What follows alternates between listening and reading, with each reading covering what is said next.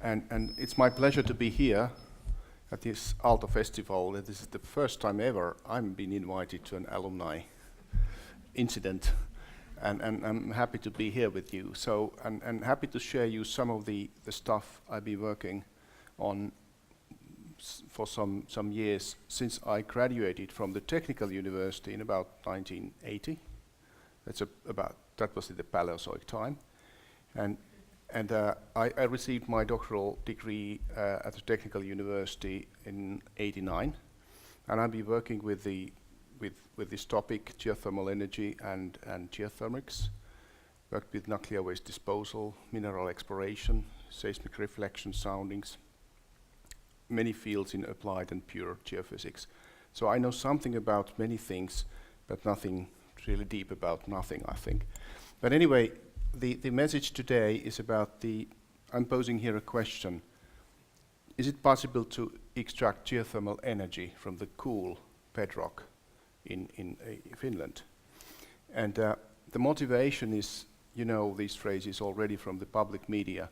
There's a societal request for CO2-free energy, and there's a request for renewable energy sources. And already we know that ground heat is a flourishing business in Finland. There are more than 100,000, actually about 200,000 vertically installed ground heat exchanger and heat pumps in boreholes. And we should take into account that because the Earth's crust, its temperature increases downwards. If you take the heat, 1.1% of the heat stored in the Earth's crust, you can have energy which is equivalent for the entire mankind use for the next 10,000 years.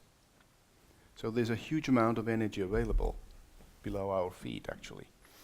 And in Finland, which is a very cold country, 20% of all the national energy consumption goes to heating of these rooms. It's a huge amount of energy used, and why not ask the question, deep geothermal energy, would it be possible in Finland too? And could it be possible to feed district heating power plants, which are very common in Finland? There are more than 300 local district heating plants, and feed them with geothermal energy. If we take a global view, in the center of the Earth, the temperature is about 6,000 degrees, and the temperature increases all the way we go deeper. And the Earth consists of the crust, the mantle, and the core. The core is made of nickel iron metal. It's partly molten. The mantle are iron magnesium silicates, and the crust, that is the part of the Earth we are living from. Everything in our civilization is based on cultivating and developing raw materials from the Earth's crust, whether it be biological source or mineral, could it be energy resources or whatever.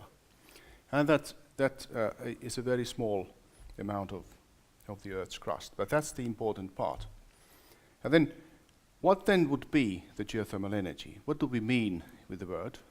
It's simply said, it's thermal energy which is stored in the Earth's crust. It's like your stones in your sauna. When you heat them up, they store energy. Then you throw water on them, and the energy is released, and you enjoy it.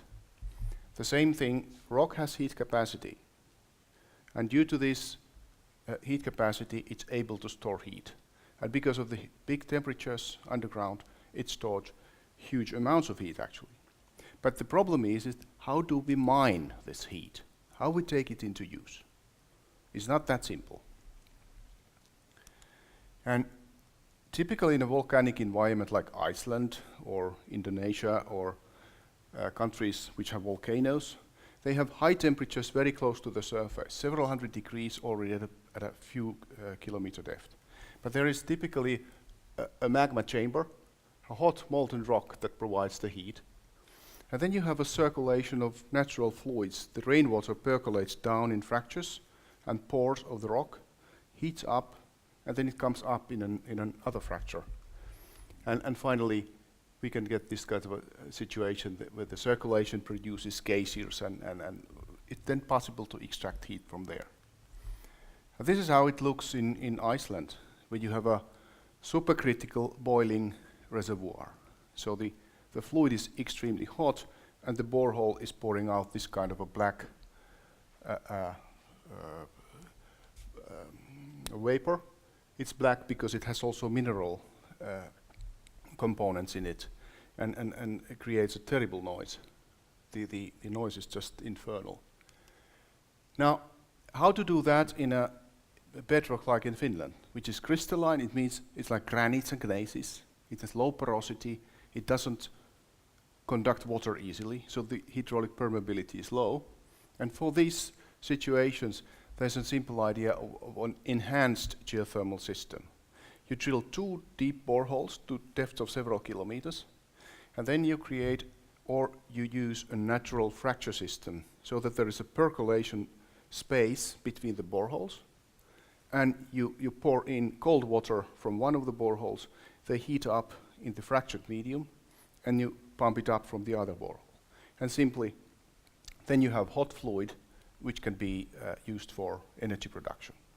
But the big challenge is that the hydraulic conductivity of the system is very, very low without any enhancement. Well, something about the subsurface temperatures. We are not going to the very details, but there are many factors that affect this, like the initial heat that comes from the great depths in the earth, thermal rock properties, also the radiogenic heat production, so the uranium, thorium, and potassium are very important elements in the crust. And in shallower depths, the geothermal gradient, rock properties again, and the average surface temperature of the ground even. And even the ice ages are involved here. If you look at this map, this is a pretty old one, but I like it because it's graphically much more pleasing than the more modern ones. And you can see that the blue tones tell you that most of Eastern and Northern Europe, the deep heat flow is only less than 40 milliwatts meter square. Imagine in your kitchen you have a bulb that brings light. It consumes energy at the power of 60 watts already. So the amount of heat that is received from the great depth is not very much. And in Central and Southern Europe, the numbers are higher, but still we are living in a relatively low energy environment in this sense. Now if you look at what kind of temperatures we have measured in Finland in deep boreholes that go to a depth of about 1 kilometer, you can see that they range from something less than 10 degrees to more than 20 degrees. The differences are due to geology and different thermal properties of the rocks. When we use this for modeling, temperatures that would be required for energy production, so the kind of a minimum temperatures for producing any heat would be close to 40 or 50 degrees, but preferably something like 100 degrees. And to reach 100 degrees, it means that we have to drill in southern Finland to depths of more than 6 kilometers. Imagine the deepest borehole in the world is only 12 kilometers deep. So this is a really deep drilling if carried out. Then how much is there heat under our feet? Well, a simple calculation with high school physics already gives you some numbers. From the temperatures available, we can calculate that for each square kilometer, about 1.5 times 10 to 5 terajoules of energy is available. And remember, I spoke about this consumption of energy for space heating. That amount corresponds to 5 to 10 to 5 terajoules. So already from a 3 square kilometers area, you could extract theoretically the energy for space heating in Finland. But the problem is, how do we get it? How do we get our hands on it? And to put it very simple, we just need sufficiently high temperatures at the depth that we can reach with drilling. And secondly, we must have a sufficiently high hydraulic conductivity of the rock. It can be natural or artificially created. and then apply this enhanced geothermal system to extract the heat. Now, let's look at some of the data already we have. In eastern Finland, in Outokumpu, there's a research borehole, the deepest in Finland so far, 2.5 kilometers deep. Temperature there is about 40 degrees in the whole bottom. And interestingly, these are fluid salinity profiles, and we have highly saline fluids in the rock. They are sodium, calcium, chlorine brines, and due to a very long interaction between the water and the rock. And it means that there's not much drinking water down in the rock. The drinking water layer is very thin, couple of 100 meters. And then the hydraulic conductivity of the rock seems to decrease very quickly with depth. Then you've seen from the media that there is a geothermal energy project initiated in Espoo, in the Otaniemi area. And we can calculate here simply, we can calculate what are the temperatures there.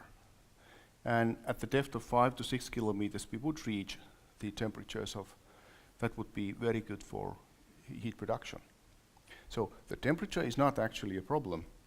What would be the problem and will be is that can we generate sufficiently high hydraulic permeability there. So in the natural conditions, because of the load of the rock, the hydraulic permeability decreases very quickly with depth because the fractures are closed because of the weight of the rock. And as a result, it decreases by orders of magnitude when we go from the first kilometer to the drilling depth of, say, 6-7 kilometers. So this is a challenge still. And now in Otaniemi, if you visit there, you can see this drilling site. Now the building there is the district power heating plant of the Fortum company.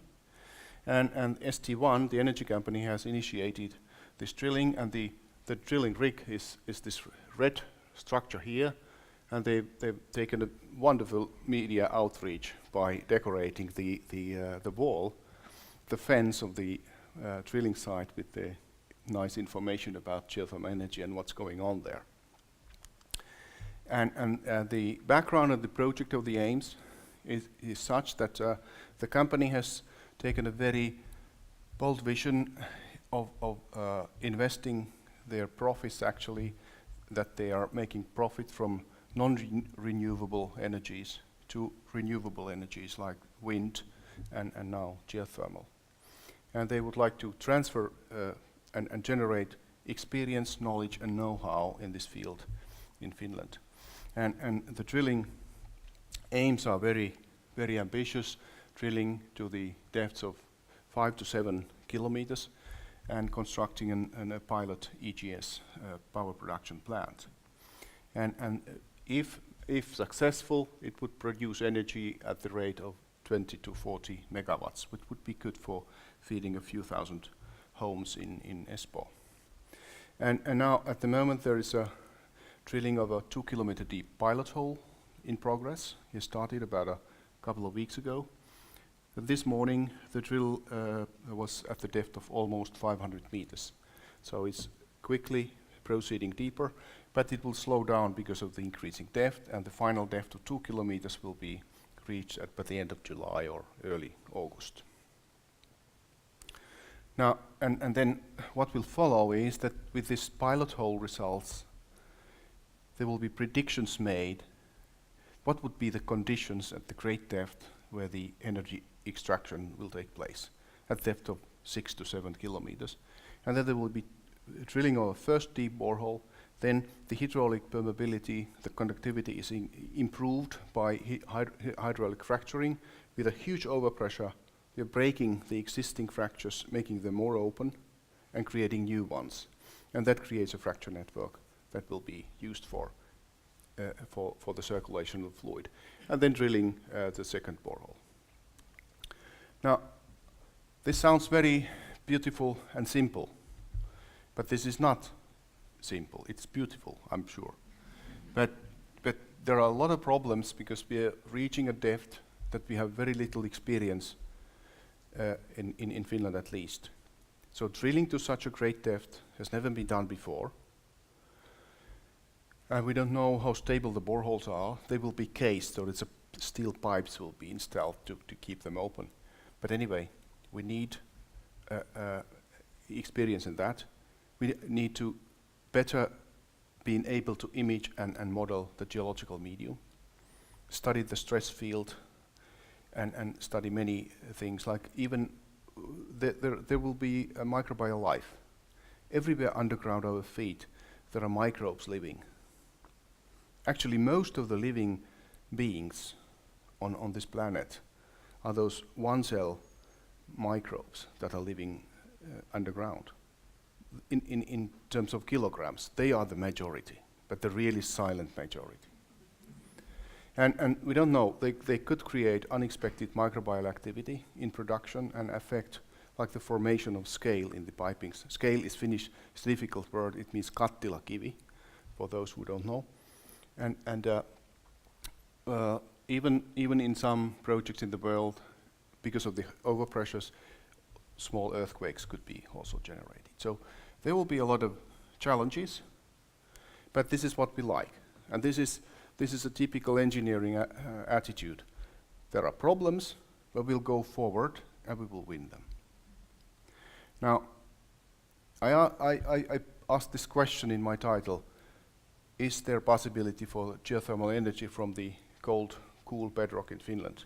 My answer is definitely yes. And geothermal energy has a huge development potential. We just need to see things in a different way.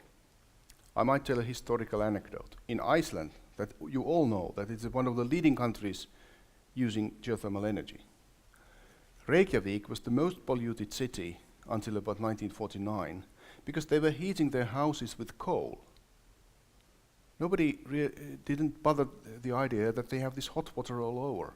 Then somebody just said that, you see, the emperor has no clothes, or that kind of a thing. And they realized that, oh yes, of course. And then the pollution disappeared and they started developing geothermal issues. So I was talking probably over time, but thank you anyway. Nobody escaped. So thank you.